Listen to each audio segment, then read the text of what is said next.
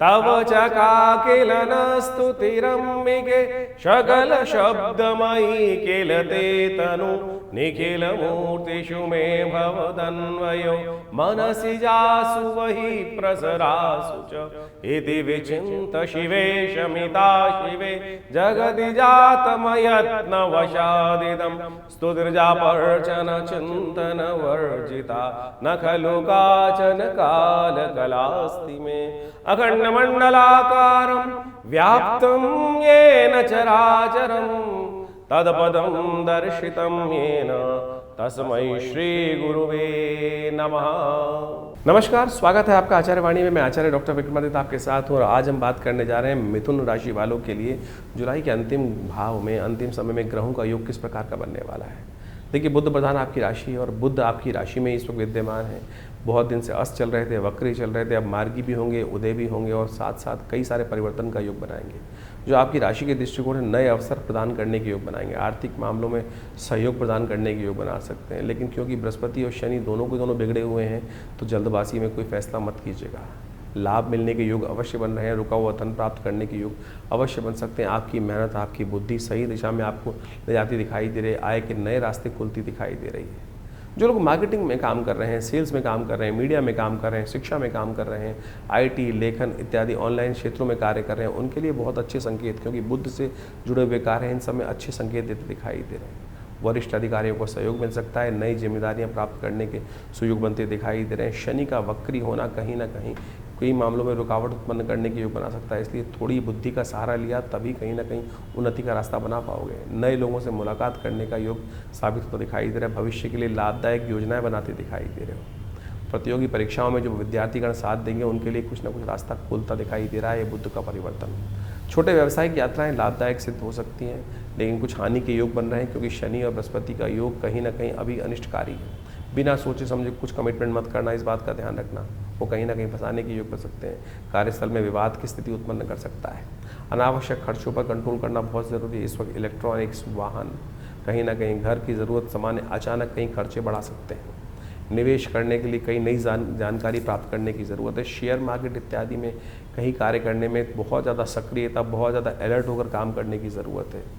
स्वास्थ्य के मामले में ध्यान रखना, गला, कंधा, नसों इत्यादि संबंधी समस्याएं कहीं ना कहीं उत्पन्न करने की योग बनाते दिखाई देंगी। कमर, पेट के दर्द इत्यादि की समस्याएं, कमर दर्द इत्यादि की समस्याएं शनि कहीं ना कहीं बढ़ाते दिखाई देंगे। पाचन संबंधी समस्याओं को बढ़ाते दिखाई देंगे शनि महाराज इस वक्त।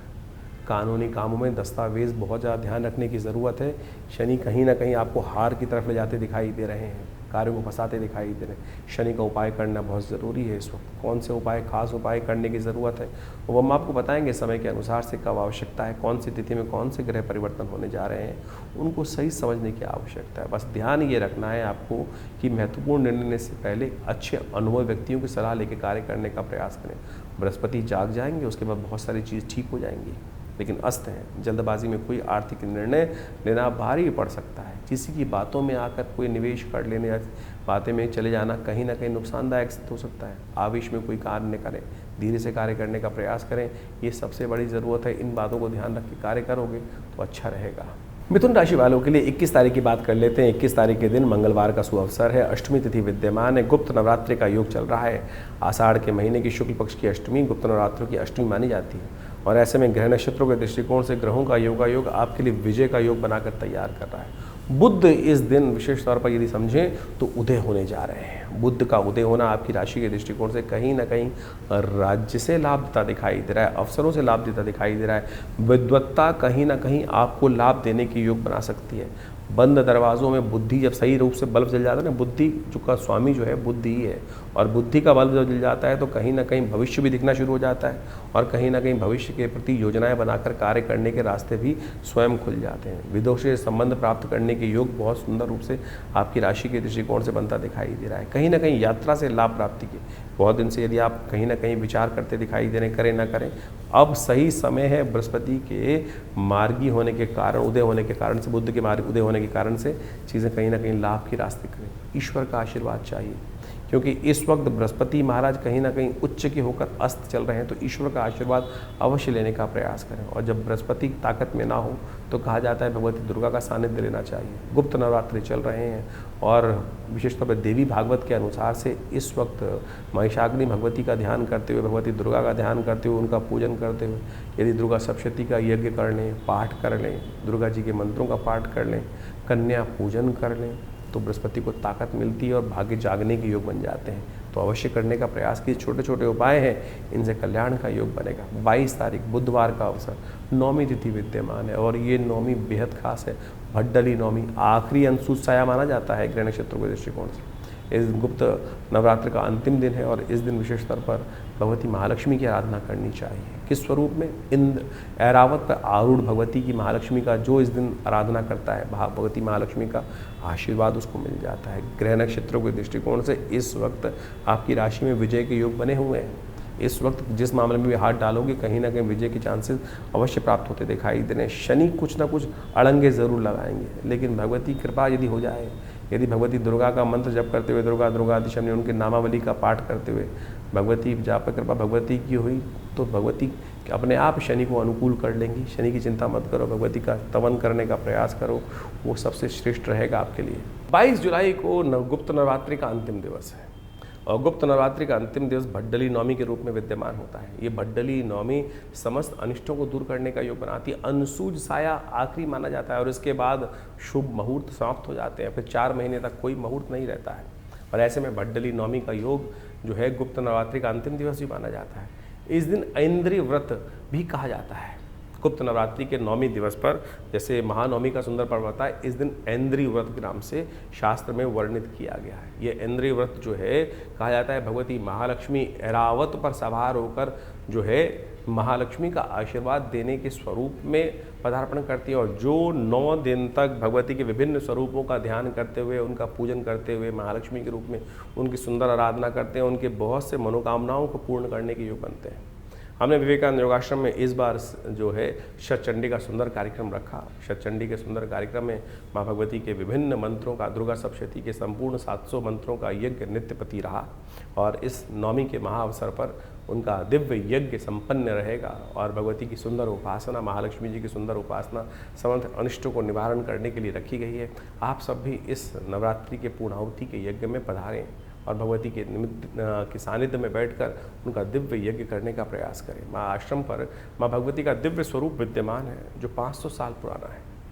जी हाँ, 500 साल प्राचीन शिव विग्रह जो है, जो 1947 में पाकिस्तान के क्षेत्र मुल्तान से हमारे आश्रम पर पधारा और वहाँ उनको आज उनकी सुंदर प्रतिष्ठा, सुंदर उनकी ही सानिध्य में नित्य प्रति 8 घंटे यज्ञ चलता है और पूरे जो नवरात्र में सुंदर रूप से यज्ञ उनके सानिध्य में रखा गया है। आप उसकी कम से कम अंतिम वेला में सुंदर रूप से अंतिम यज्ञ के अवसर पर अपने स्थान को आरक्षित करें। माँ भगवती के दिव्य यज्ञ में दुर्गा सप्तशती का जो संपूर्ण यज्ञ रहेगा उसमें एक भाग लें। माँ भगवती की कृपा से हमने ऐसा देखा है कि अनेक मनोकामनाओं को सिद्धि करने के लिए, जीवन के कष्टों को दूर करने के लिए भक्तों के जीवन में सुंदर सुयोग बन जाता है। तो माँ भगवती की वैष्णवी देवी का सुंदर दर्शन करते हुए इस सुंदर योग पर ऐसे दिव्य जो अवसर पर भट्टली नौमी अंशुज साया माना जाता है।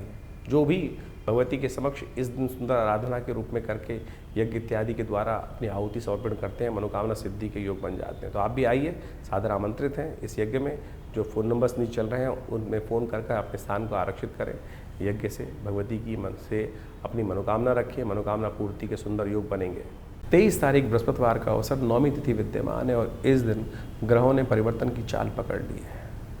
सही दिशा में चलते चलते कहीं ना कहीं आपकी राशि के दृष्टिकोण से कुछ ना कुछ अच्छी वृष्टि वर्षा के योग बनते दिखाई दे रहे हैं। शाम आते आते कहीं ना कहीं आपकी राशि के दृष्टिकोण से कीर्ति का योग, गजकेसरी योग जिसे बोला जाता है, बृहस्पति के सामने चंद्रमा आगे बैठ जाते हैं, वो बनने वाले हैं। और ऐसे योग में कहीं ना कहीं नुकसान होते होते कहीं ना कहीं लाभ की स्थिति बन सकती है। लेकिन बृहस्पति इस वक्त अस्त अवस्था में है तो कहीं ना कहीं ज्ञान का बल कहीं ना कहीं लुपलुपाता दिखाई दे रहा है, तो उसको थोड़ा ताकत देने की ज़रूरत है। तो उसके लिए कोशिश ये करें, इस दिन बृहस्पतिवार का अवसर है, हल्दी से स्नान करने का प्रयास करें। हल्दी का तिलक करने का प्रयास करें।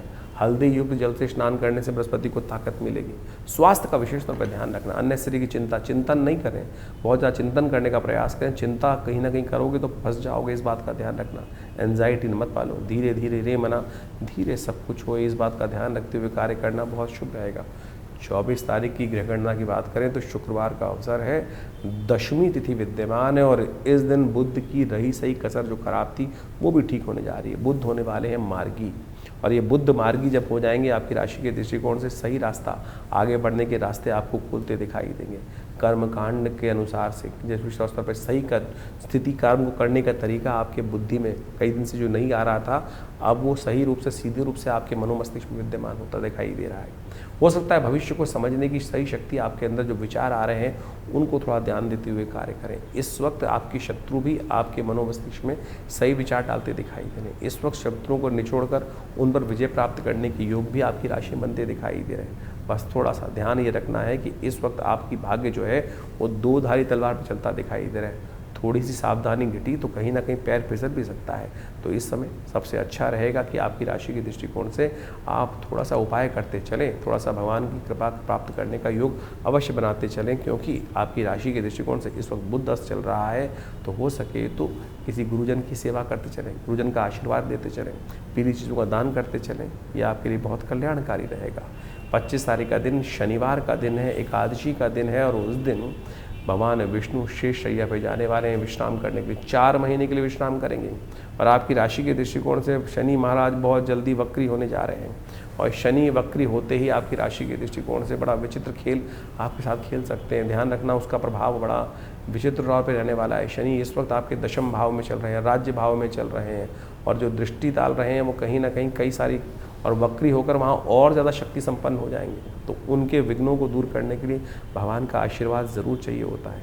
तो इस दिन भगवान विष्णु का सुंदर पूजन करने का प्रयास करें, भगवान के का ध्यान करके तिल का दान करने का प्रयास करें। किसी देवस्थल में तिल का दान करना आपके लिए बड़ा कल्याणकारी रहेगा। 25 जुलाई को देवशयनी एकादशी है। ये देवशयनी एकादशी भारतीय संस्कृति के अनुसार से देखा जाए तो अद्भुत पर्व है। देव भी शयन के लिए जाते हैं। सोचें कि देव शयन जो हो रहा है वो क्या कर रहा है। कहा जाता है शास्त्रीय दृष्टिकोण से, जो हमारे यहाँ चतुर्मास आता है कि उस समय में कोई भी शुभ कार्य निषेध मत दिए जाते हैं।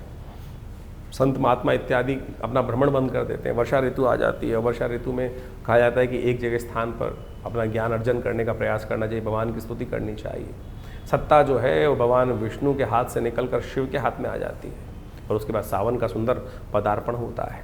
ये आध्यात्मिक दृष्टिकोण से बहुत महत्वपूर्ण योग है। कहा जाता है कि इस दिन भगवान विष्णु जो हैं वो शेष नाग पर कहीं ना कहीं 4 महीने के लिए विश्राम के लिए चले जाते हैं। देव शयन हो जाता है। समस्त शुभ कार्य शास्त्र में निषेध कर दिए जाते हैं। विवाह इत्यादि, मुहूर्त इत्यादि, दुकानों के मुहूर्त, घर के मुहूर्त, मूर्ति प्रतिष्ठा, जो भी कहीं ना कहीं नए नए कार्य आरंभ करने हैं वो सब कहीं ना कहीं गृह आरंभ तक रुक दिए जाते हैं। नींव का पूजन तक रुक दिया जाता है। गृह प्रवेश तक कहीं ना कहीं शास्त्र में निषेध कर दिया जाता है। फिर दिवाली के 11 दिन बाद जब देव उठनी एकादशी आती है उसके बाद से समस्त शुभ कार्य आरंभ करने के योग बनते हैं। लेकिन कहा जाता है कि ये समय बड़ा एक बार आध्यात्मिक दृष्टिकोण से बड़ा शुभ होता है। भगवान विष्णु तो बड़ी तपस्या से प्रसन्न होते हैं, लेकिन भगवान शिव जो हैं जिनके हाथ में सत्ता आ जाती है, सावन का महीना शुरू होने वाला होता है, केवल एक लोटे जलमात्र से लोगों की मनोकामना सिद्धि करने के योग बना देते हैं। तो ऐसे में बड़ी श्रद्धा के साथ, बड़ी सरलता से लोग कावड़ लेके चलते हैं, भगवान का सुंदर स्तुति करने की तरफ आगे भागते चलते हैं। जगह जगह से लोग गंगा जी से, जमुना जी से, कहीं ना कहीं विभिन्न तीर्थों से जल ला लाकर अपने क्षेत्र में जो भगवान इष्ट हैं उनको जल अर्पित करने का प्रयास करते हैं। समस्त भोले भंडारी को प्रसन्न करने का प्रयास करते हैं। तो आप इस दिन विशेष तौर पर भगवान विष्णु की सुंदर आराधना करें। शालिग्राम शिला में विशेष तौर पर उनका षोडशोपचार पूजन, गंगा जल से, कपूर से, कचरी से, चंदन से, इन से पंचामृत बनाकर भगवान का सुंदर अभिषेक करें भगवान शालिग्राम जी का, और उसके बाद उनका विशेष स्तर पर वस्त्र इत्यादि अर्पित करें। उनको शयन के लिए समस्त वस्त्र इत्यादि अर्पित कर कर सुंदर रूप से तुलसी दल से उनका पूजन कर कर ओम नमो भगवते वासुदेवाय, ओम नमो नारायणाय, इस प्रकार से इन विभिन्न मंत्रों से उनको समस्त सामग्री 16 जो चीज़ें हैं उनको धीरे धीरे अर्पित करने का प्रयास करना चाहिए। यदि पुरुष सूक्त याद हो, ओम सहस्रसी रेखा पुरुखा सहस्राक्ष सहस्रपाद सभो मिग्वं सर्वतस्पित्वात्र तिष्ठत् दशांगुलम पुरुकाय वेद गुं सर्वम यद भूतम व्यच भाव्यम माउताम। इस प्रकार से यदि वेद मंत्र याद हो तो आपकी तारीख में तो आपको विभिन्न यूट्यूब चैनल्स पे इन सब के षोडशों मंत्र मिल जाते हैं। पुरुष सूक्त के जो भगवान को अति प्रिय स्तोत्र माना जाता है, उनके द्वारा भगवान का सुंदर स्तवन कर कर आप अपनी मनोकामनाओं की सिद्धि का योग बहुत सुंदर रूप से बना जाते हैं। कहा जाता है कि जो जीवन में किसके कष्ट चल रहे हों, मनोकामना पूर्ण नहीं हो रही हो, बार बार कहीं ना कहीं विघ्न आ रहे हों, ऐसे में भगवान विष्णु को शैया प्रदान जो करते हैं, कमल के पुष्पों की शैया, पीले वस्त्रों की शैया, और तो और शास्त्र में तो बहुत कुछ वर्णित है। अपनी श्रद्धा के अनुसार से भगवान विष्णु को इस दिन शैया प्रदान करने से जीवन के बहुत से कष्ट जो कांटों वाली सेज पर जो हम लोग को चलते हुए दिखाई देते हैं, कहीं ना कहीं हर भी जहाँ कदम बढ़ाएं कहीं ना कहीं विघ्न, कहीं ना कहीं रुकावट, कहीं ना कहीं कांटे कांटे रुकावटें जीवन में आती हैं। तो ऐसे में इस दिन जो देवशयनी एकादशी के दिन भगवान को शैया अर्पित करने का जो कार्य करते हैं, उनके बहुत से जीवन के कष्ट दूर होने के योग बन जाते हैं। इस दिन भगवान विष्णु को विशेष तौर पर कमल के पुष्पों से बनी हुई शैया प्रदान की जानी चाहिए। उनको पीले वस्त्र अर्पित करने का प्रयास किया जाना चाहिए। कमल के पुष्पों का बना हुआ तकिया भगवान को अर्पित करने का प्रयास किया जाना चाहिए। तो इस प्रकार से भगवान का सुंदर पूजन कर मनोकामना सिद्धि के सुंदर सुयोग बनने चाहिए।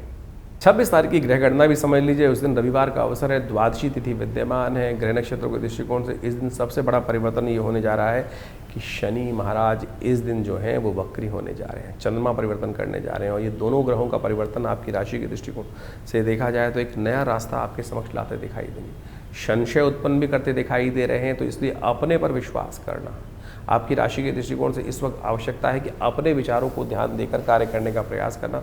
जो कान के कच्चे बनकर कार्य करने का प्रयास करोगे तो कहीं ना कहीं परेशानी उत्पन्न करने के योग बना दोगे। सबसे बड़ा परिवर्तन जो होने जा रहा है वो शनि का होने जा रहा है।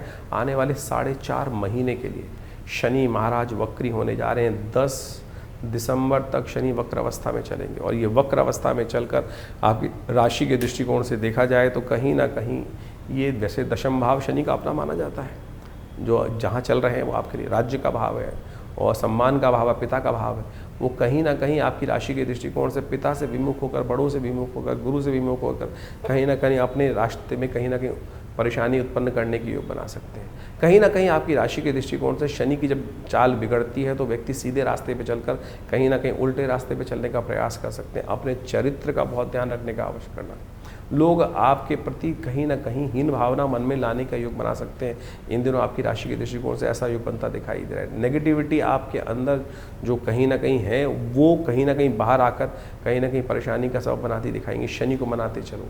इस वक्त जितने दरिद्र लोग, गरीब लोग, परेशान लोग, उन लोगों की सहायता करने का प्रयास करोगे उतना अच्छा रहेगा। माता पिता, गुरुजन की का जितना आशीर्वाद लेकर काम करने का प्रयास करोगे, अपनी अपनी चलाओगे तो कहीं ना कहीं कष्ट में फंसते दिखाई दोगे। बृहस्पति इन दिनों अस्त चल रहा है, तो यानी कम से कम 10 अगस्त तक तो ध्यान रखते हुए कार्य करो। बृहस्पति को थोड़ी ताकत देने का प्रयास करो। इन दिनों जितना बृहस्पति को ताकत दोगे उतना कहीं ना कहीं शनि आपके लिए नेगेटिव प्रभाव की जगह शुभ करने का योग बनाने के रास्ते आप बना सकते हो। और अभी भगवान विष्णु शैया पर विश्राम कर रहे हैं। शिव के हाथ में पूरी सत्ता है, तो आपकी राशि के दृष्टिकोण से आपके लिए सबसे श्रेष्ठ दिखाई देता है कि बिल्वपत्र भगवान का नित्यपति भगवान को अर्पित करने का प्रयास करें। विजया रस से भगवान पर विशेष तौर पर सबसे बड़ी शनि की समस्या जो इन दिनों होने वाली है वो आपकी सफलता पर प्रतिशत को कम करती दिखाई देगी। यदि इस पूरे सावन के महीने में भगवान शिव पर आप भंग के रस से भगवान का अभिषेक करने का योग बनाओगे तो कहीं ना कहीं इस शनि का नेगेटिव प्रभाव ठीक करने का रास्ता आप अवश्य बना पाओगे।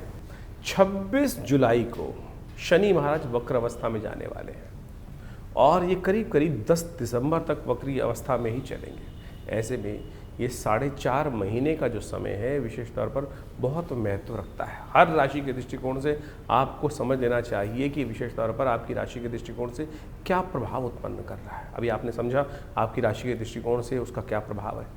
जब शनि वक्री हो जाते हैं तो कहा जाता है कई गुना अधिक शक्तिशाली हो जाते हैं। ऐसे में इनके प्रभाव में कई गुना अधिक हो जाता है प्रभाव। और शनि तो महाराज जो हैं वो वैसे ही क्रूर ग्रह माने जाते हैं, पाप ग्रह माने जाते हैं। और जब वो कहीं ना कहीं व्यक्ति दुष्कर्म करता है, गलत कर्म व्यक्ति के द्वारा हो जाता है तो दंडाधिकारी के रूप में वो बड़े निष्पक्ष होकर अपने प्रभाव को उत्पन्न करने का प्रयास करते हैं। ऐसे में शनि को मनाओ, सदा सुख पाओ, इस बात को अवश्य ध्यान रखने का प्रयास करना चाहिए। इस वक्त बृहस्पति महाराज अस्तवस्था में चल रहे हैं, शनि वक्री हो गए हैं, और ऐसे में ग्रहों की जो कुचाल चल रही है उससे आपको समझने का रास्ता, बचने का प्रयास करना चाहिए। विश्व में पुनः एक बार भयावह स्थिति अपनी निर्माण होती दिखाई देगी। युद्ध का वातावरण जो पूरे विश्व में कहीं ना कहीं बना हुआ है, उठापटक का दौर कहीं ना कहीं चलता दिखाई देगा पुनः एक बार।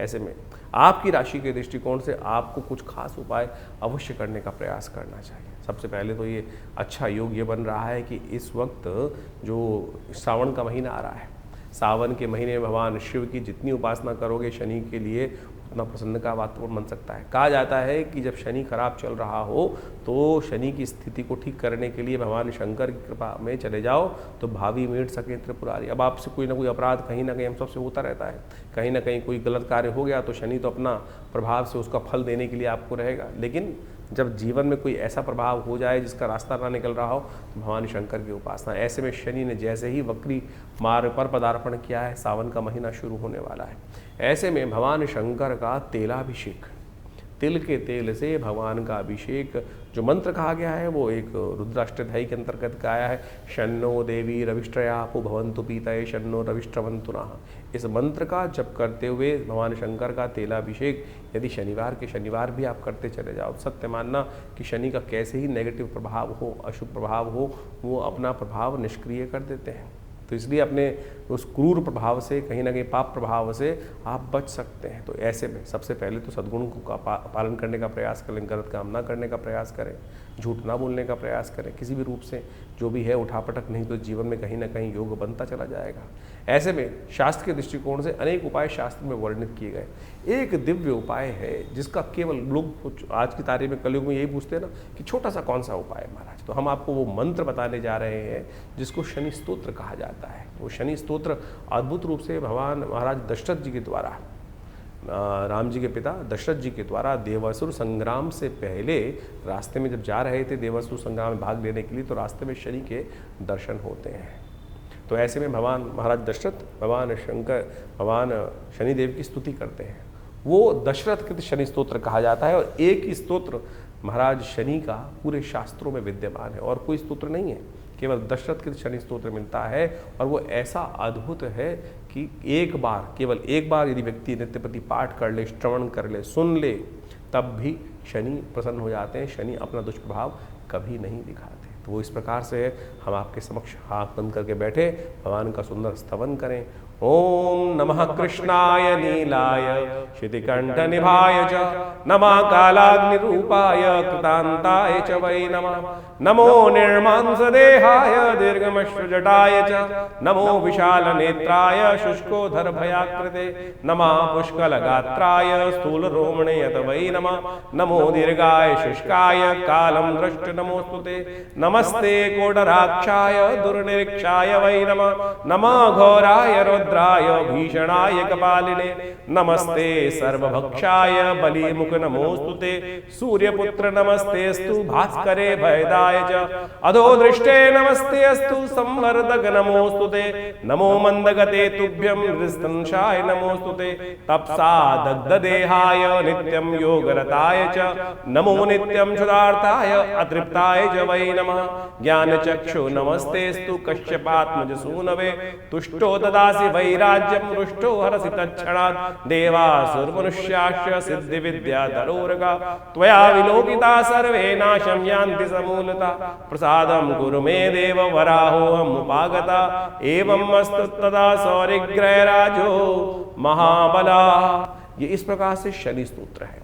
यदि इसका एक बार नित्य प्रति श्रवण कर ले, एक बार, और इसका यज्ञ कर लिया जाए तो कहने ही क्या है। तो इस स्तोत्र का नित्य प्रति यदि आप एक बार श्रवण करते चले जाए, हमने आपके समक्ष ये कह के दिखा दिया है, सुना के दिखा दिया है, तो यदि आप केवल इसको भी सुन लें नित्य प्रति, धीरे धीरे आप उसको अच्छे से याद भी कर सकते हैं। सत्य माने हमने ऐसे ऐसे दिव्य लोग देखे जिनकी कुंडली में भयावह स्थिति शनि की बनी हुई थी, दशा भी चल रही थी, 7.5 भी चल रही थी, और ऐसे में उनको दिव्य शनि स्तोत्र का पाठ करने को कहा गया। और जब देखा कि वो कब शनि आया, कब शनि चला गया, उसका कोई प्रभाव, एक नया पैसा खर्च नहीं। लोग हज़ारों रुपए खर्च करके बहुत सारे अनुष्ठान, बहुत सारी चीज़ें, पता नहीं कौन कौन से नग पहनाने की बात करते हैं। ये शनि का दिव्य स्तोत्र ऐसा है कि जिसका आप नित्य प्रति पाठ कर लें सत्य माने आपके जीवन से कष्ट दूर हो जाएंगे। इसके अलावा विशेष तौर पर हनुमान चालीसा अपने आप में एक साबर मंत्र है। हनुमान जी को तो विशेष तौर पर शनि का जी के द्वारा दिया गया आशीर्वाद है। जब रावण के दासत्व से शनि को भगवान हनुमान जी ने मुक्त कराया, तब आशीर्वाद दिया शनि ने, कहा कि जो आपके भक्त होंगे महाराज उनको कभी मैं कष्ट नहीं दूंगा। तो यदि आप हर शनिवार को इन 4.5 महीनों में हनुमान जी को चूल्हा चढ़ा दें, हनुमान जी को देसी घी का सिंदूर मिलाकर चूल्हा चढ़ा दें और साथ में हनुमान चालीसा का एक पाठ कर दें, तब भी आपके जीवन में शनि महाराज का नेगेटिव प्रभाव नहीं होगा। बहुत सीधे साधे उपाय हैं। हींग लगे ना फिटकरी, रंग चोखा हो, और आप पता नहीं कहाँ कहाँ भ्रमित होकर लाइनों में लगकर पता नहीं क्या क्या स्थिति में करते चले जाते हैं। तो आप इसको अपनाने का प्रयास करें। और यदि स्वास्थ्य खराब चल रहा हो, क्योंकि शनि जब वक्री होते हैं तो कहीं ना कहीं एक्सीडेंट का योग भी बना देते हैं, और ऐसे में कहीं ना कहीं शरीर में आदि व्याधि कहीं ना कहीं कुछ समस्याएं उत्पन्न करने के योग बनाते हैं। तो ऐसे में आपको जब शनि वक्री चल रहे हों तो हर करीब महीने में एक बार अपने वजन के बराबर सतनाजे का दान, 7 अन्न का दान अवश्य करने का प्रयास करना चाहिए। उसमें काली उड़द जरूर होना चाहिए। कोशिश ये करें 7 अन्न ले ले, चावल गेहूँ कहीं ना कहीं इन सब में काला उड़द 7 अन्न मिलाकर एक साबुत काला उड़द जरूर डालने का प्रयास करें। और फिर किन्हीं गरीब आदमियों को अवश्य, जो जरूरतमंद व्यक्ति हों उनको अवश्य दान करने का प्रयास करें। ये आपके लिए अद्भुत रूप से कार्य करेगा, समस्त कष्टों को दूर करने का योग बनाएगा। तो आप इन उपायों को कर इन 4.5 महीनों में आप तमाम शनि के दुष्प्रभावों से बच सकते हैं। इसके साथ साथ एक दिव्य प्रयोग और भी है। इस शनि के मंत्र से सिद्ध किया हुआ ये काला धागा, ये काला धागा आप अपने उल्टे पैर में धारण कर लीजिए। ये शनि का दिव्य उपाय है। भारतीय संस्कृति के अनुसार से जो जिसको कहा जाता है कि शनि के मंत्र से सिद्ध करा हुआ ये धागा आपकी समस्त प्रकार से रक्षा करने का दिव्य उपाय। शास्त्र में अनादिकाल से लोग कहीं ना कहीं धागे बांधते आए हैं, लेकिन शनि का धागा पैर में बांधने का प्रयास किया जाना चाहिए, क्योंकि शनि सबसे पहले चाल बिगाड़ते हैं। सबसे पहले चाल बिगाड़ते हैं। जब चाल बिगड़ती है तो चरित्र अपने आप कहीं ना कहीं बेढंगा होता चला जाता है। तो ये दिव्य धागा शनि का जो है, शनि के मंत्र से सिद्ध करा हुआ है। यदि आप अपने उल्टे पैर में बांध दें, जिस घर में कोई बच्चा है, अब दिन पर बच्चा कहीं ना कहीं घूमता रहता है, कभी गाड़ी, कभी घोड़ा, कभी मोटरसाइकिल, कभी स्कूटर, और हर रोज आपकी अगर राशि में शनि का बुरा प्रभाव चल रहा है तो कैसे उसकी रक्षा कर सकते हैं। दिव्य ये शनि का एक रक्षा कवच के तौर पर ये कार्य करेगा। तो आप कोशिश ये करें, इसको किसी जातक के उल्टे पैर में, स्त्री चाहे पुरुष, बांध लें तो शनि से बहुत सारी चीज़ों से रक्षा करने के दिव्य रास्ते अपने आप प्राप्त हो सकते हैं। तो ऐसे छोटे छोटे उपाय आप जो को वर्णित किए हैं, तो आप 4.5 महीने में इस शनि के नेगेटिव प्रभाव से अवश्य बचने का प्रयास करेंगे तो शनि की कृपा से बहुत सारी रक्षा के रास्ते आपको अवश्य प्राप्त हो जाएंगे। 27 तारीख सोमवार का अवसर, त्रयोदशी तिथि विद्यमान है। रवि योग लेकर ये त्रयोदशी आती दिखाई दे रही है। आपकी राशि में आपकी शक्ति को बढ़ाती दिखाई दे रही, सही विजन आपको प्राप्त होता दिखाई दे रहा है। बुद्धि इस वक्त सही चलती दिखाई दे रही है। बुद्धि का सदुपयोग करते हुए कार्य करने का प्रयास करें। दूसरों की बजाय अपने स्वयं के विचारों पर ध्यान देते हुए कार्य करना आपके लिए बड़ा श्रेष्ठ है। इस वक्त आपके मनोविचार जो हैं बिल्कुल ठीक सही सदे हुए दिखाई दे रहे हैं। आपकी राशि में जिस वक्त ग्रहों का योग बन रहा है वो कहीं ना कहीं रवि योग कीर्ति योग बनाकर तैयार कर रहा है। ग्रह दृष्टिकोण से समझते हुए इस वक्त आपको अपने स्वास्थ्य का ध्यान रखना चाहिए। ग्रहों ने परिवर्तन करके कहीं ना कहीं मानसिक रोग जो हैं वो परेशान करने के योग बनाते दिखाई दिए हैं। तो ऐसे में हो सके तो महामृत्युंजय मंत्र का जप करना आपके लिए कल्याणकारी रहेगा। 28 तारीख मंगलवार का अवसर और ग्रह नक्षत्रों के दृष्टिकोण चतुर्दशी और पूर्णिमा का योग बन रहा है। दिन में चतुर्दशी है, रात को आते आते कहीं पूर्णिमा का योग बन जाएगा। सत्यव्रत इस दिन करना सबसे श्रेष्ठ माना जाएगा। और इस वक्त आपकी राशि के दृष्टिकोण से ग्रह योग जो चल रहे हैं वो कहीं ना कहीं आपके लिए पुण्य का योग बनाते दिखाई दे रहे हैं, सही योग बनाते दिखाई दे रहे हैं। अपने विचारों को आगे बढ़ाने का प्रयास करना चाहिए। आप कई बार व्यक्ति के अपने विचार बड़े शुभ होते हैं, उस पर कार्य करने का प्रयास करना चाहिए। कई बार सामने वालों के विचार अच्छे होते हैं। इस वक्त ग्रहों का योग ऐसा चल रहा है कि आपके अपने विचार आपको लाभ देने की तरफ बहुत सुंदर तरह से आगे बढ़ाते दिखाई दे रहे हैं। तो इसलिए दुविधा त्यागिए। स्वयं जो सोच रहे हैं, आपकी राशि की सबसे बड़ी विचित्र विडंबना है दुविधा, एक रास्ता या दूसरा रास्ता, पहला रास्ता या दूसरा रास्ता। इस बात में सोचते सोचते बहुत सारी चीज़ निकल जाती हैं। हनुमान जी का ध्यान कीजिए, मंगलवार का अवसर है। हनुमान जी को गुरु मानकर उनका सानिध्य लेने का प्रयास कीजिए। हनुमान जी का सानिध्य जब मिल जाता है तो सही रास्ते, गलत रास्ते भी सही सफलता देने के योग बना देते हैं। 28 तारीख को मंगलवार का सुंदर सुयोग बन रहा है और इस दिन चतुर्दशी और पूर्णिमा का योग बन रहा है। सत्यव्रत भी इसी दिन किया जाने का सुंदर रास्ता बनता दिखाई दे रहा है। देखिए, आपकी राशि के दृष्टिकोण से हमने आपको बहुत सारी चीज़ें बताने का प्रयास किया। ऐसे में कई बार जो ग्रहों का खराब योग चल रहा होता है उसको ठीक करने का रास्ता है। देखिए, इस संसार में भगवान की कृपा से, गुरु की कृपा से समस्त अनिष्ट दूर हो जाते हैं। और कैसे उनको, शनि महाराज वक्री चल रहे हैं इस समय में, और बृहस्पति महाराज भी कहीं ना कहीं अस्त चल रहे हैं, तो गुरु का सानिध्य चाहिए। और आषाढ़ की पूर्णिमा गुरु पूर्णिमा के रूप में जानी जाती है। और इस दिन जो है, यदि मंगलवार के दिन सुंदर योग जो बन रहा है, सुबह पुण्यतिथि जो बन रही है वो बन रही है विशेष तौर पर चतुर्दशी तिथि, और शाम को जो है सूर्यास्त के बाद में ग्रहों का परिवर्तन होने का योग बनेगा। चंद्रमा भी विशेष तौर पर आप मान के चलें बृहस्पति के सम्मुख आके विराजमान हो जाएंगे, और साथ साथ पूर्णिमा तिथि भी विद्यमान हो जाएगी। और गुरु पूर्णिमा जिसको कहा जाता है, उसका चांद भी पूरी रूप से इस दिन निखर कर आएगा। आषाढ़ का चंद्रमा है जो निकल कर आएगा, और आषाढ़ का चंद्रमा कहा जाता है 16 कला पूर्ण माना जाता है। और ऐसे में जब ये चंद्रमा की रोशनी होती, कभी बादलों के पीछे आती है और कभी बादलों से निकल कर खुले आसमान में साफ साफ दिखाई दे जाती है। तो कभी जो बादल हैं कभी साफ साफ है, और ऐसे में चंद्रमा का दर्शन करते हुए भगवान का सुंदर पाठ करना, सुंदर कांड का पाठ करना, हनुमान जी का सुंदर स्तवन करना। हनुमान जी का सुंदर पाठ जब करते हैं तो तुलसी बाबा ने लिखा है, जय जय जय हनुमान गुसाई, कृपा करहु गुरुदेव की नाही। इस संसार में हनुमान जी से बड़ा गुरु कौन हो सकता है, जो आपको भक्ति का मार्ग प्रशस्त करने का प्रयास कर रहा है। और आपके ग्रह जो चल रहे हैं खराब इस वक्त आपकी राशि के दृष्टिकोण से, जैसा हमने बताया, बृहस्पति भी अस्त चल रहे हैं, शनि भी कहीं ना कहीं वक्री चल रहे हैं, और 4 महीने तक वक्री चलेंगे। तो इस दिन विशेष तौर पर हनुमान जी का सुंदर स्तवन करने का प्रयास करें। हनुमान जी को ही गुरु मानकर, जो तुलसी बाबा ने माना, क्योंकि तुलसी बाबा को दर्शन जो कराए वो विशेष तौर पर हनुमान जी ने ही तो कराए। हनुमान जी की आराधना, जब उन्होंने हनुमान जी के चरण पकड़ लिए तो उनका दर्शन कर कर तभी उनके जीवन में वो जो योग था वही बना, और जिसके कारण से उनको राम जी के दर्शन हुए। चित्रकूट के घाट पर भई संतन की भीड़, तुलसीदास चंदन किसे तिलक देत रघुबीर। जिस प्रकार से कहा गया है, हनुमान जी की कृपा से ही अनेक रूप से जब नहीं दर्शन हो पा रहे थे तो हनुमान जी ने जबरदस्ती करवाने का प्रयास, ऐसा गुरु चाहिए ना। तो आप संसार के चक्र में कहाँ फंस रहे हैं, तो सुंदर रूप से हनुमान जी का सुंदर स्तवन इस दिन अवश्य करने का प्रयास करें। आषाढ़ की पूर्णिमा की रात्रि और मंगलवार का सुंदर सुयोग, तो ऐसे में हनुमान जी का सुंदर स्तवन समस्त अनिष्टों को दूर करने का योग बनाएगा। तो ऐसे में हमने विवेकानंद योगाश्रम में इस शुभ तिथि में गजकेसरी योग के अंतर्गत सुंदर कांड का पाठ रखा है, भगवान का सुंदर स्तवन करने का रखा है।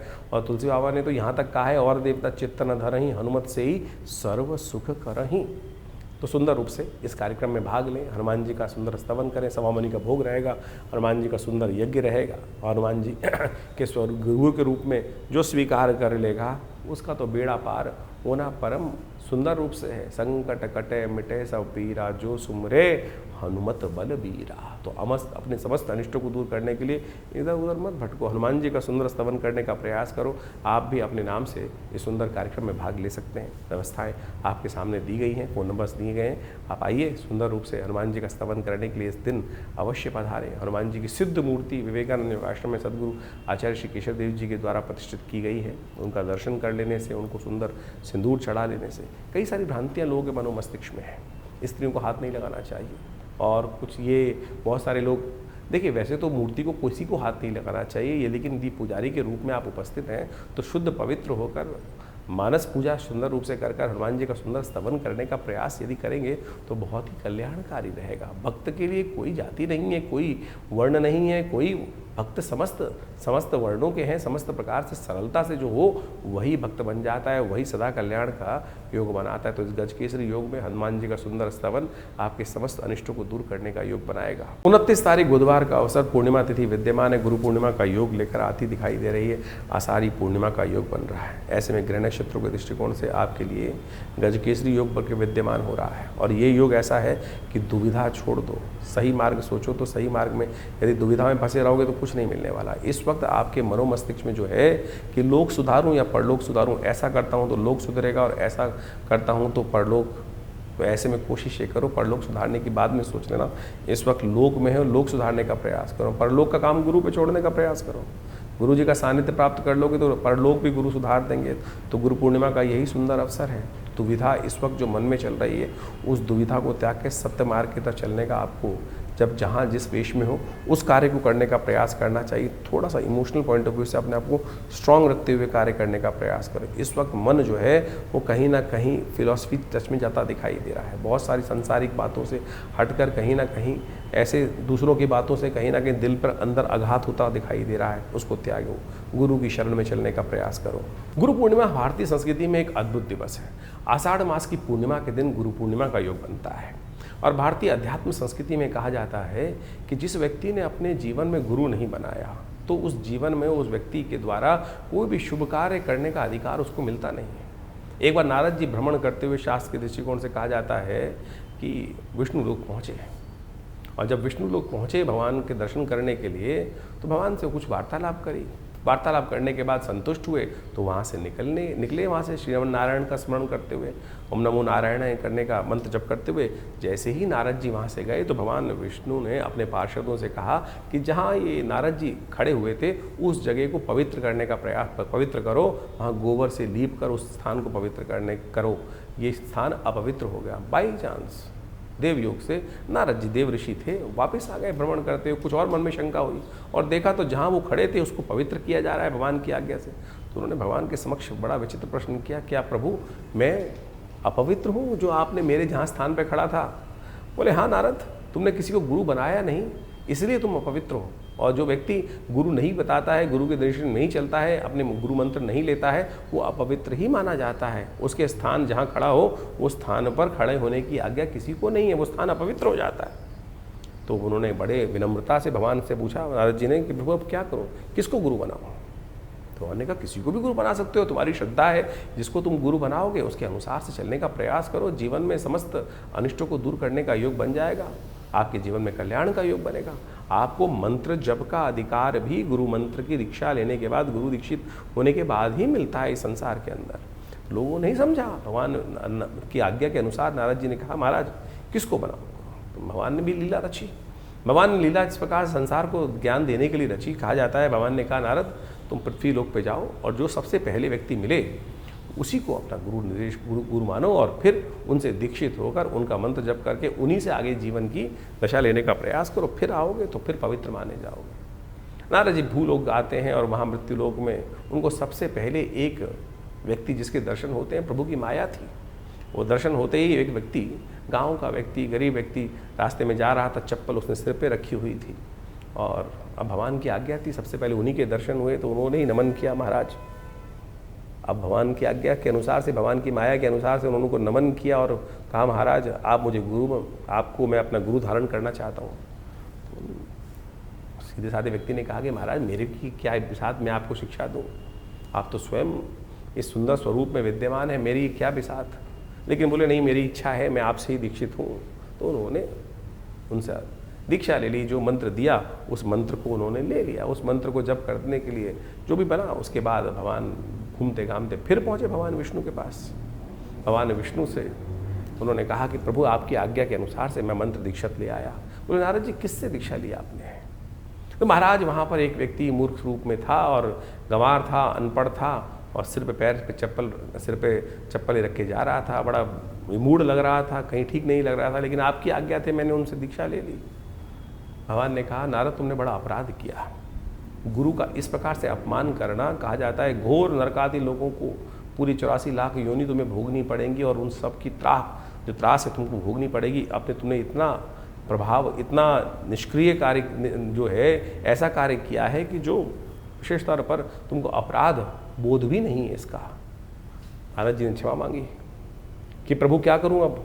बोले तो अब गुरु के सानिध्य में ही जाओ और वो जो बताएं उस कार्य को करने का प्रयास करो, तब जाकर इस जो 84 की योनि का जो चक्र है उससे निकल सकते हो। नहीं तो तुमको 84 लाख योनि भोगनी पड़ेंगी, उसमें जीवन निर्वाह करना पड़ेगा। फिर उस काल को भोग के बाद ही तुम हमारे दर्शन के लिए आ सकते हो। अब नारद जी को पटक दिया गया।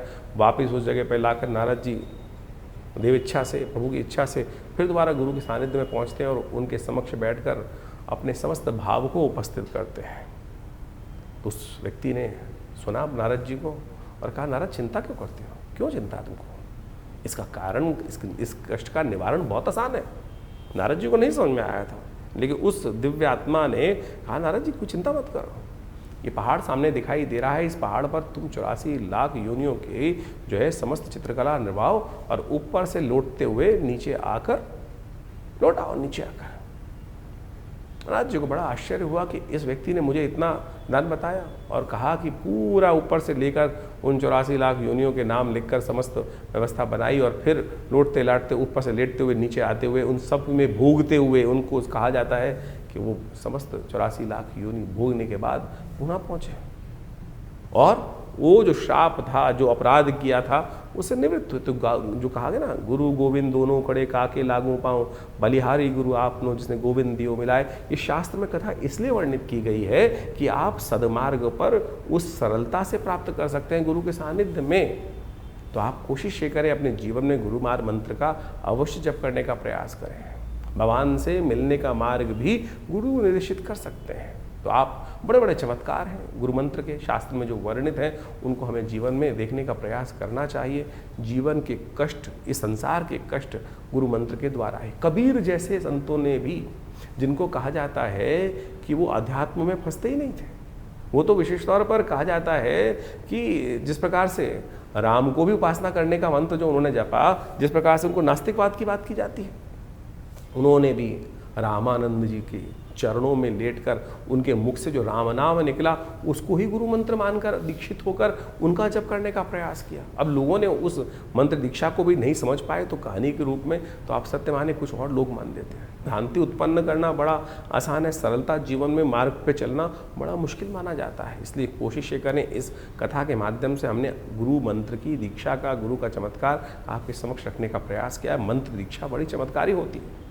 मंत्र दीक्षित लेने के बाद सत्य माने वो जागृत मंत्र ही आपका कार्य करेगा, नहीं तो जपते रहो मंत्र। लाखों मंत्र, हजारों मंत्र लोग जपते रहते हैं लेकिन वो कार्य नहीं करते। कारण है मंत्र दीक्षित नहीं है। जिस व्यक्ति ने वो स्वयं मंत्र गुरु ने जपा ना हो, उस मंत्र को देने का अधिकार भी किसी व्यक्ति के पास नहीं होता है।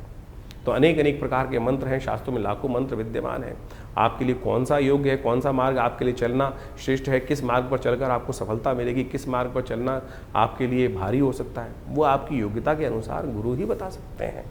तो इसलिए भारतीय संस्कृति में गुरु के जो है, जिसको कहा जाता है अंधकार से प्रकाश की तरफ जाने का, ज्ञान का मार्ग दिखाने वाली जो दिव्य आत्मा है वो गुरुजन कही जाते हैं। इसलिए उनकी जो है दीक्षा हमें अवश्य लेने का, उनका सानिध्य अवश्य लेने का प्रयास करना चाहिए। अब एक अपवाद और भी है इसके साथ साथ कि गुरु कितने बनाए जाए। अनेक गुरु बना सकते हैं आप, अनेक गुरुओं की कोई बात। दत्तात्रेय भगवान ने इस संसार में उपस्थित होकर 24 गुरु बनाए, जिससे जहां जो शिक्षा मिले उसको अपने गुरु के रूप में, सदगुरु के रूप में आप स्थान देने का प्रयास करें। कोई इसमें भांति नहीं है। भ्रांति ये करने का प्रयास करते हैं। आज तो बाजार बन गया है, आज तो ये संसार हो गया, गुरुआ तू गलियां फिरे घर घर कंठी देत। आज तो मंत्र माइक के द्वारा दीक्षाएं मंत्र दे दी जाती हैं, तो वो गुरु मंत्र नहीं हुआ। आप गुरु बनाते हैं व्यक्ति को जहाँ मेरे मन की शंकाओं हो, मैं सीधा जाकर उनके पास बैठ के, उनके सानिध्य में बैठकर उनसे वो मंत्रणा कर कर अपने जीवन के उस लक्ष्य की जहाँ कष्ट आ रहा है बात करके दूर कर सकूं। लेकिन ऐसे स्थितियों में जिनके दर्शन करने भी दुर्लभ है, फोटो में ही दर्शन हो सकते हैं, टीवी पे ही दर्शन हो सकते हैं, फिर वो मंत्र दीक्षा क्यों? आपको भटकने की आवश्यकता नहीं। प्रभु स्वयं आपके जीवन में उस व्यक्ति को उपस्थित कर देते हैं। दत्तात्रेय भगवान ने रास्ते में चलते चलते दीक्षा प्राप्त करी। वैश्य तक को गुरु माना, श्वान तक को गुरु माना, अग्नि तक को गुरु माना, वायु तक को गुरु माना। आपकी सरलता की आवश्यकता है। एकलव्य का कथा आपके समक्ष उपस्थित है, कहीं नहीं भटके।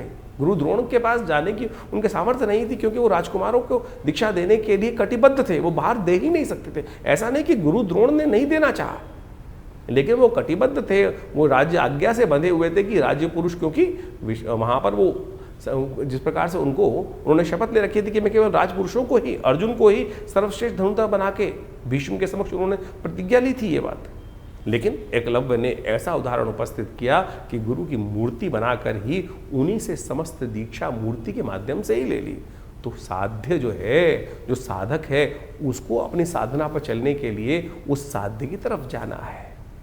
साध्य तो हर जगह अवेलेबल है, हर जगह उपस्थित है जो साध्य है, जिसको करना है। आपको अपनी साधना को दृढ़ करने के लिए विश्वास चाहिए, तो इस विश्वास को जगाने का प्रयास करो। गुरु पूर्णिमा वो पर्व है जो आपके मन की उन शंकाओं को दूर करने का प्रयास करती है। तो इस गुरु पूर्णिमा पर अवश्य मंत्र दीक्षा लें, गुरु का सानिध्य लेने का प्रयास करें।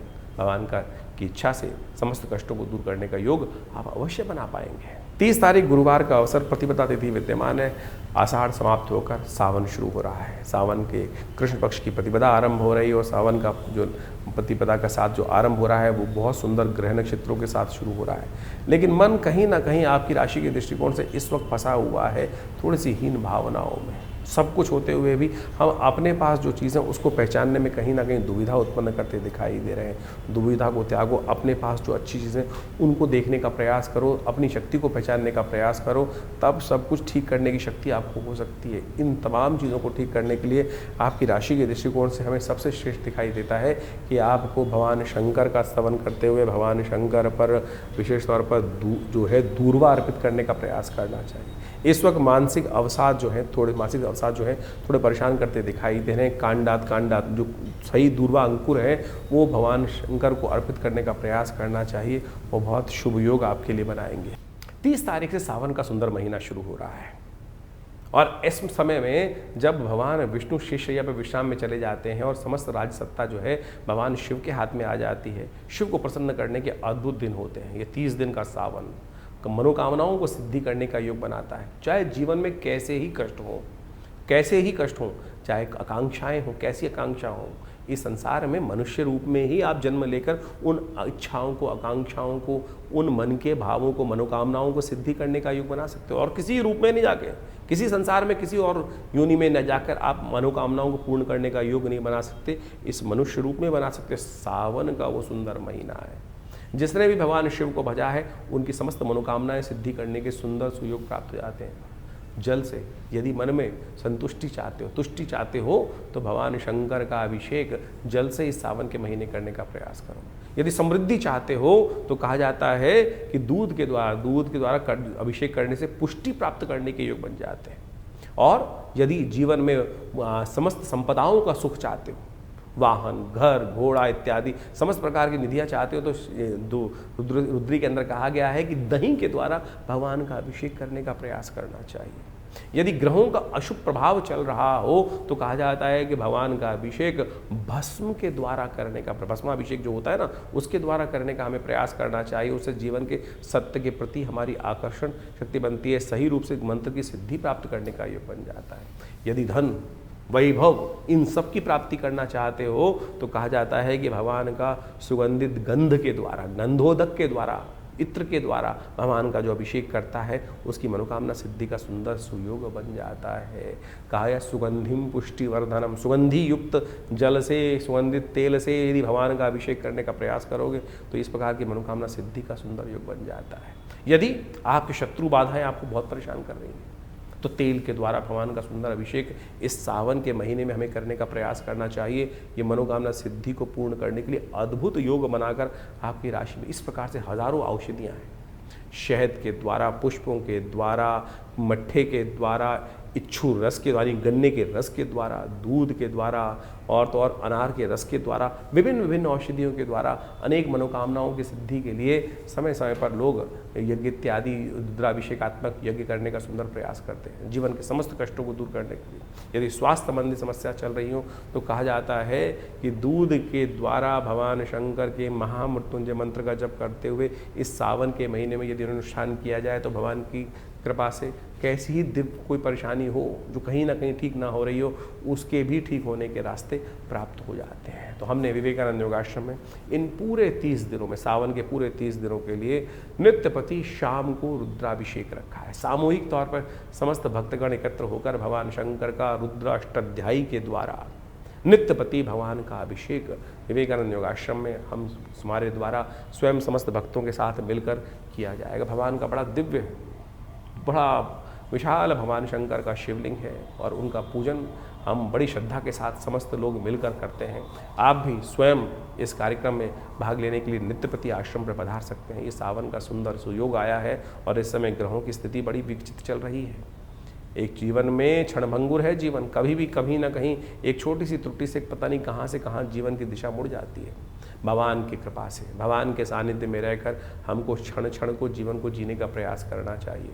दिल्ली में विवेकानंद योगाश्रम में भगवान के मनोकामना सिद्धि मंदिर में भगवती के सानिध्य में बहुत दिव्य भगवान का शिवलिंग पर नित्यपति भगवान का रुद्राभिषेक रहेगा। शाम को रोज 6 बजे के आसपास ये रुद्राभिषेक आरंभ होता है। आप भी आइए, यज्ञ में भाग लें, भगवान का रुद्राभिषेक भी करें और भगवान की कृपा से इस पूरे सावन में छोटे से कर्म से भगवान को रुद्राभिषेकात्मक यज्ञ कर भगवान को प्रसन्न करने का सुंदर सुयोग अपने जीवन में प्राप्त करें। 31 तारीख शुक्रवार का अवसर द्वितीया तिथि विद्यमान है और इस दिन ग्रह नक्षत्र को दृष्टिकोण से देखें तो ग्रह परिवर्तन की तरफ सुबह सुबह चले गए और ये धर्म की तरफ आपको प्रेरित करते दिखाई दे, न्याय का मार्ग आपकी तरफ चलने का इंगित करते दिखाई दे रहे हैं। गलत रास्ते पर चलने के गलत नतीजे, सही रास्ते पर चलने के सही नतीजे आपको प्राप्त होते दिखाई दे रहे हैं। इसलिए भगवान के सानिध्य में सही दिशा पर आपको पकड़ने का प्रयास करना चाहिए। गलत दिशा के गलत फल ही आपको इस दिन प्राप्त होने के योग बनेंगे। वैसे तो आप मन से भी धर्म कार्य करते दिखाई दे रहे हैं, धर्मयुक्त कार्य करते दिखाई दे रहे हैं। अधर्म का ना साथ दो ना साथ चलने का प्रयास करो, यही सबसे श्रेष्ठ उपाय आपके लिए रहेगा। कांवड़ यात्रा का पहला मुहूर्त आरंभ हो रहा है, इसलिए इस संसारिक लक्ष्य को साथ चलते चलते आध्यात्मिक लक्ष्य को भी साधने का हमें प्रयास करना चाहिए। आध्यात्मिक भाव मन में आए तो उसको त्यागना नहीं चाहिए, उनको तुरंत अपनाने का प्रयास करना चाहिए। तो जुलाई के अंतिम में आपने ग्रहों का प्रभाव समझा, आपकी राशि के अनुसार से कितना महत्वपूर्ण परिवर्तन, चाहे वो शनि का परिवर्तन हो रहा हो, चाहे बुध का पहले उदय होना और फिर मार्गी हो जाना, बहुत महत्वपूर्ण प्रभाव इनका आपको आने जीवन में प्रभाव देखने को मिल सकता है। ऐसे में बृहस्पति अस्त अवस्था में चल रहे हैं, शनि एक बार पुनः वर्ष के अनुसार से वक्री हो गए और ये 4 महीने से ज़्यादा वक्री रहेंगे। ऐसे में पुनः एक बार स्थिति विश्व में कहीं ना कहीं कोलाहल वाली उत्पन्न करने के योग, ये शनि का वक्री होना और साथ साथ ऐसे में इनका विभिन्न ग्रहों के साथ योगा योग जो बन रहा है वो प्रभाव उत्पन्न करता दिखाई दे रहा है। समय समय के अनुसार से हमको ज्योतिष का लाभ अवश्य लेने का प्रयास करना चाहिए। ऐसे में विशेष तौर पर ग्रहों के योगा योग के अनुसार से उनका जो महत्वपूर्ण परिवर्तन मिलता है, शास्त्र में वर्णित ऋषियों मुनियों के अनुभव के आधार पर जो उनके निदान चिकित्सा विज्ञान के अनुसार से बताए गए हैं, ग्रहों के मंत्र के माध्यम से बताए गए, वो हम आपके समक्ष समय समय पर उपस्थित करते रहते हैं। सत्य मानिए, व्यक्ति के हाथ में कर्म करना ही है, उसका फल तो परमात्मा के हाथ में ही है, कर्म के अनुसार से ही फल बनता है। लेकिन फिर भी परमात्मा की कृपा से जो बड़े से बड़े भयावह योग कुंडली में बन रहे होते हैं, वो कब किस प्रकार से क्षण में गायब हो जाते हैं पता नहीं चलता। इस बात को हमें अच्छे समझना चाहिए। गोचर का प्रभाव तो आपने अच्छे से समझा, लेकिन आपकी जन्मपत्री पे किस प्रकार से उन ग्रहों के परिवर्तन का प्रभाव पड़ रहा है, दशाओं का, अंतरदशाओं का। ऐसा नहीं है कि जन्मपत्री के अनुसार से हम जब तक ना देखें, गोचर के अनुसार से ही सब प्रभाव चलेगा। मूलतः गोचर का प्रभाव हर जन्मपत्री पर, हर व्यक्ति विशेष पर अवश्य होता है, लेकिन मूलतः जन्मपत्री जो है वो विशेष तौर पर कौन से ग्रह योग के अनुसार से किस प्रकार के आप योग बना रहे हैं, कैसे बन रहे हैं। ऐसा समझें कि जैसे जनमानस में तो लाखों करोड़ों आदमी हैं, अब व्यापक आपदा आई, कुछ कष्ट घटा, कहीं आंधी आया, कहीं तूफान आया, उस क्षेत्र में आया, बहुत भयावह स्थिति थी, लेकिन सब लोगों का अहित नहीं हुआ, कुछ का उद्धार भी हो गया। कोरोना काल की महाकाल आया, ऐसे विपदा आई, लेकिन सब लोगों के उस क्षेत्र में, एक क्षेत्र में बहुत ज़्यादा विपदा थी, सारे नहीं मरे, सारों के जीवन में कष्ट नहीं आया, किसी के जीवन में उत्थान के योग भी बने। कारण क्या था? वो आपका अपना मूल कर्म, आपकी अपनी मूल जन्मपत्री के निष्कर्ष से कि आपके लिए कौन सा समय अच्छा चल रहा है, कौन सा समय खराब चल रहा है।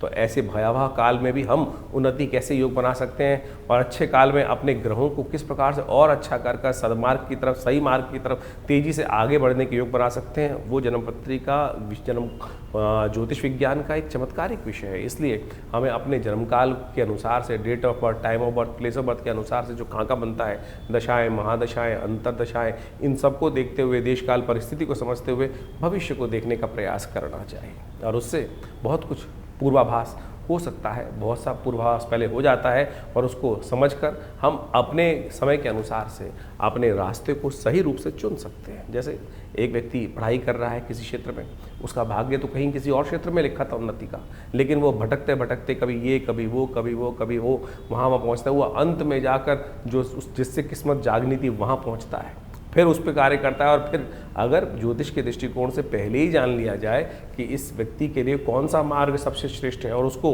अपना लिया जाए, तो आप अवश्य सही समय पर सही चीज़ों को पहचान कर कार्य को ठीक कर सकते हैं। तो यही ज्योतिष विज्ञान का, ज्ञान का यही लाभ है, इसी को लाभ उठाने का प्रयास करना चाहिए। सकल पदार्थ है जगमाही कर्महीन पुरुष पावत नाही। तुलसी बाबा ने ऐसे ने कर्म ज्योतिष विज्ञान जो है वो वास्तविक तौर पर ज्ञान के अनुसार से विज्ञान के अनुसार से शोध कर ऋषियों का कर्म है और उन्होंने इतना सुंदर सिद्धांत बना के रखा। तो उसको आपको लाभ उठाने का प्रयास करना चाहिए, चीज़ों को समझने का प्रयास करना चाहिए और ज्ञानवान लोग सही समय को पहचान कर उसके अनुसार से कार्य जो कर लेते हैं तो जीवन में बहुत जल्दी भाग्योदय के योग बन जाते हैं। हर कोई यही पूछना चाहता है कि भाग्योदय कब होगा, वो आपका जन्म बताएगा, समय बताएगा कब भाग्योदय होने की चांसेस हैं, कैसे हम अपने समय को सदुपयोग में लगाएं, सही कार्य करें। और ऐसे में तो बहुत सारे अच्छे अच्छे योग बन रहे हैं इस समय में। अभी आप मान देखें गुप्त नवरात्रि का योग इसमें आरंभ हुआ इस जुलाई के अंतिम में, और उसके बाद जो सुंदर योग बन रहा है देवशयनी एकादशी के बाद श्रावण का सावन के महीने का सुंदर सुयोग बनकर आया है। कहा जाता है भगवान विष्णु जब शेषशय्या पर विश्राम के लिए चले जाते हैं तो समस्त सत्ता जो है शिव के हाथ में आ जाती है। ऐसे में शिव की सुंदर आराधना कर भगवान का नित्यपति रुद्राभिषेक कर अपने बहुत से जीवन के कष्ट आप जो उसको कहा जाता है रुद्रा अभिषेकात्मक यज्ञ जो है उसको कर आप सही रूप से भगवान की कृपा प्राप्त कर सकते हैं। भगवान तो एक लोटे से प्रसन्न हो जाते हैं जल के। तो आप कोशिश ये करें इन समस्त जो आपको रास्ते बताए हैं उनको समझें, उनके द्वारा जीवन में सही मार्ग को चुनने का प्रयास करें। और विवेकानंद योगाश्रम में इस अवसर पर कई सारे समय पर कार्यक्रम होंगे, उनके बारे में हम आपको अवगत समय पर कराते रहते हैं। आइए साथ में भगवान का आराधना करने का सुंदर सुयोग बनाएं और जीवन के कष्टों को दूर करने का बड़ा सुंदर मार्ग बड़ी जो सरलता से हमारे जीवन में प्राप्त हो सकता है। फिर क्यों भटकें इधर उधर।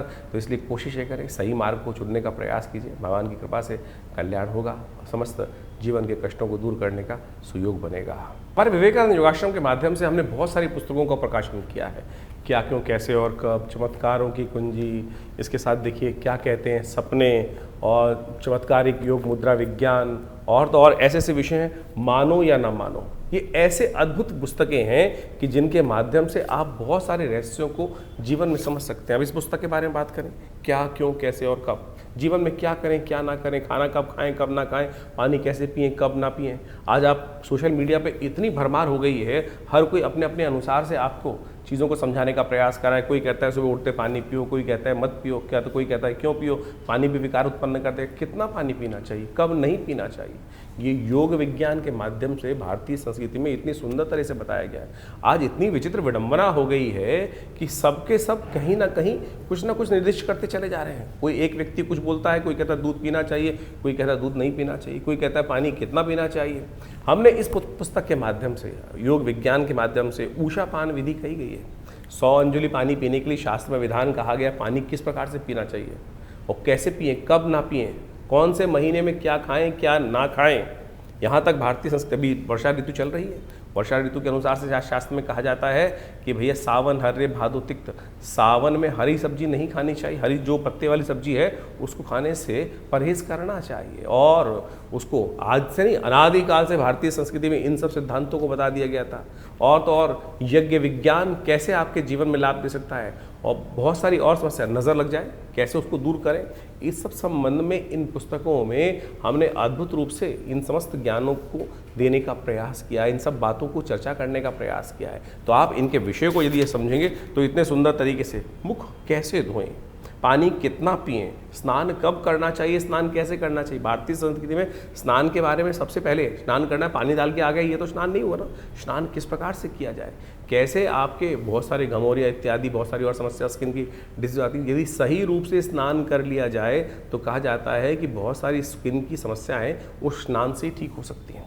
इसके अलावा भगवान का चरणामृत हम लेते हैं, उस चरणामृत का क्या फ़ायदा है, किस प्रकार से भगवान का पूजन करने के बाद मंदिर में घंटा बजाते हैं, शंख बजाते हैं, ऐसे विषय हमने इन पुस्तकों के माध्यम से सदगुरु आचार्य श्री केशव देव जी के सानिध्य में बैठकर जो रिसर्च हो सकती थी, ऐसी करीब 50 पुस्तकें आश्रम के द्वारा लिखी गई हैं। मानो या न मानो, स्वप्न विज्ञान की एक ऐसी चीज़ है कि स्वप्न विज्ञान, सपनों में क्या दिखाई दिया, हम सबको सपने आते हैं और हम कई बार भयग्रस्त हो जाते हैं कि सपना देखा, ये कुछ अशुभ होने वाला है, शुभ होने वाला है। कौन सा सपना क्या प्रभाव उत्पन्न करता है, अ से लेकर पूरा अंतिम वर्णावली के साथ कौन कौन से शब्द के अनुसार से कौन सी चीज़ आपने देखी है। सड़क देखी है, सपने में सांप देखा है, कहीं धन देखा है, हवा देखी है, आंधी देखी है, प्रेत देखी है, पित्रात्मा देखे हैं, उन सब का क्या प्रभाव है, क्या वो आपके लिए को भयग्रस्त कर रहे हैं? कब कौन सा स्वप्न प्रभाव देगा, कितने दिन में प्रभाव देगा, कौन सा निदान अशुभ स्वप्न को दूर करने के लिए करना चाहिए, वो सब हमने इस पुस्तक के माध्यम से आप सबके समक्ष रखा है।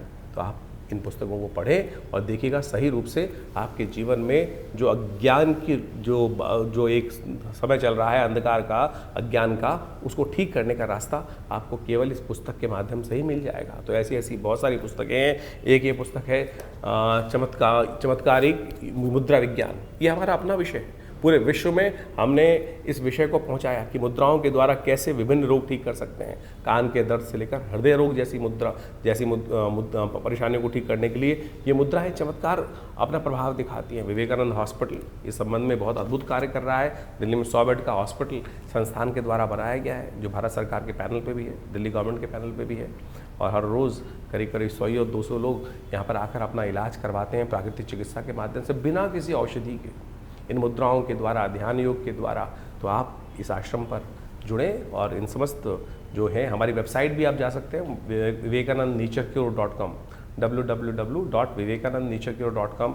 और ये जो प्राकृतिक चिकित्सा का हॉस्पिटल है, योग विज्ञान का हॉस्पिटल है, आयुर्वेद का हॉस्पिटल है, तो यहाँ पर जमुनापार में आप इसमें आके अपनी चिकित्सा सुविधाएं भी ले सकते हैं। और तो आश्रम में यज्ञ तो नित्य प्रति चलते ही हैं, और उस यज्ञ के माध्यम से विभिन्न प्रयोग जो किए जाते हैं, चाहे कैसी ही समस्या है, उन सब को ठीक करने के लिए भगवान की कृपा से विभिन्न मार्ग खुल सकते हैं। आप सत्य माने, बहुत सारे अजीब अजीब केस आते हैं, किसी का स्वास्थ्य ठीक नहीं हो रहा है, तो हमने देखा महामृत्युंजय मंत्र का जो एक यज्ञ है, उसका दिव्य मंत्र का जप करते हुए सही रूप से जो उचित ब्राह्मणों के द्वारा, जो विद्वान ब्राह्मणों के द्वारा सही मंत्र का उच्चारण करते हुए यदि कार्य किए जाए, तो वो अद्भुत रूप से मंत्र चमत्कारी कार्य करते हैं। जीवन में कई ऐसी घटनाएं, शत्रु परेशान कर रहे हैं, बाधा पहुंचाए जा रहे हैं, ठीक नहीं कर रहे हैं, तब उनके लिए देवी के विभिन्न स्वरूपों का ध्यान, विभिन्न मंत्रों का प्रयोग, कैसे उन बाधाओं को दूर करके आपके जीवन में विजय का शंखनाद उत्पन्न किया जा सकता है, वो बिल्कुल अद्भुत रूप से मंत्र कार्य करते हैं। लोग मान नहीं रहे हैं, जो बदमाश हैं, दुष्ट हैं, वो कहीं ना कहीं अपनी उस छवि को छोड़ ही नहीं रहे हैं और आपके जीवन में उनको आघात पहुंचाए जा रहे हैं। उनके रहते हुए आप अपने जीवन में विजय नहीं प्राप्त कर सकते। आपको उनके साथ उनकी दुष्टता को समाप्त करने का कार्य ही करना पड़ेगा। तो ऐसे मंत्र विज्ञान के माध्यम से आप अपने जीवन को, कष्ट को दूर करने के लिए, अब बंधन का योग किसी कुंडली में आ गया, बंधन का योग साफ साफ दिखाई दे रहा है। कहीं ना कहीं ग्रह परस्पर ऐसे योग बना रहे हैं कि बंधन का योग, जेल जाने का योग है, कहीं ना कहीं आपके समय खराब है आपका। तो ऐसे में दुर्गा की नामावली का एक अद्भुत चमत्कारिक प्रयोग है, जिसका यदि प्रयोग किया जाए, भगवती के नामावली का यज्ञ जो है शास्त्र में वर्णित है, समस्त भयों को जीवन से दूर करने का योग बना देता है। कहीं कोई नेगेटिव प्रयोग, किसी ने दुरात्माओं का प्रयोग किसी व्यक्ति के खिलाफ कर दिया, बहुत सारे लोग आते हैं इस बाधाओं से मन से ग्रसित होते हैं। तो ऐसे में कहा जाता है भगवान बटुक भैरव जी का यज्ञ जो है, उन मंत्रों से हमने विभिन्न रूप से विभिन्न आदमियों पर करके देखा, कैसी छाया, कैसा नेगेटिव प्रभाव, कैसी दुरात्मा की शक्ति, उन सब को ठीक करने के लिए ये जो मंत्रों के प्रयोग है, भैरव जी का मंत्र का प्रयोग है, ओम ह्रीं बटुकाय आपद उद्धारणाय कुरकुर बटुकाय ह्रीं स्वाहा, अद्भुत रूप से चमत्कारिक कार्य करता है। उन कष्टों को दूर करने का योग अद्भुत रूप से बना देता है। ग्रह बाधाओं का समस्याएं हैं, ग्रह बाधा ऐसी हैं कि एक के बाद एक, कोई शनि खराब है, कोई मंगल खराब है, तो उनका जप किया जाए ना, सही रूप से उच्चारण करते हुए, यज्ञ करते हुए, उनका दशांश यज्ञ करके, दशांश उनका मार्जन इत्यादि समस्त पद्धति को अपनाते हुए जो कार्य किए जाते हैं, वो पूर्ण रूप से, सही रूप से सफलता की तरफ व्यक्ति की मंशा के अनुसार से कार्य करने का सुंदर कार्य करते हैं। मंत्र विज्ञान कपोल कल्पित नहीं है, सत्य है, लेकिन विधि के अनुसार से, शास्त्र के अनुसार से हमें करने का प्रयास किया जाना चाहिए, तब जाकर समस्त मनोरथों को सिद्ध करने का, दिखावा नहीं है। आज पूरे जो सोशल मीडिया के अंदर हम देखें, दिखावा किया जा रहा है, इतनी जबरदस्ती पद्धति को बनाया जा रहा है, कहाँ कहाँ किस किस प्रकार से दिखावा करके बहुत सारी चीज़ें, लेकिन जो मूल मंत्र जप है वो नहीं हो रहा है, मूल मंत्र जप नहीं हो रहा है। यज्ञ के नाम पर अभी इतने ज़बरदस्त खतरनाक वीडियोस, मैं कहूँगा खतरनाक इसलिए बोल रहा हूँ कि विधि निषेध है ही नहीं उसमें। आहुत मंत्र में, यज्ञ में आहुति देने के लिए मुद्राएं हैं, इस मृगी मुद्रा के द्वारा शांतिक पौष्टिक कर्मों में आहुति देने का है। और बड़े बड़े महंत महात्मा इत्यादि बैठे हुए जो तसलों से, प्लेटों से आहुति यज्ञ में डलवा रहे हैं। क्या करवा रहे हैं? अनिष्ट करवा रहे हैं। कब आहुति डलनी चाहिए? मंत्र में स्वांते आहुति समर्पय, स्वाहा के अंत में आहुति डलनी चाहिए। कोई विधि किसी का पालन नहीं किया जा रहा है, केवल पंप एंड शो और दिखा दिखो के ड्रामेबाजी कर कर जो यज्ञ विज्ञान के नाम पे, अध्यात्म के नाम पर आज दुराग्रह पूरे विश्व में चल रहा है, ये भयावह है। आप स्वयं करिए, हमारे साथ रविवार को यज्ञ में बैठिए। कोई दक्षिणा नहीं ली जाती, कोई पैसा नहीं लिया जाता। जो लोग कुछ बैठना चाहते हैं रविवार को यज्ञ में आकर आश्रम पर यज्ञ में बैठ सकते हैं। तो इन समस्त विधियों का आशा करते हैं आप पालन करेंगे, समझेंगे, चीज़ों को सही रूप से करेंगे। तो आप जुड़िए विवेकानंद योगाश्रम से, आपका कल्याण होगा। धन्यवाद।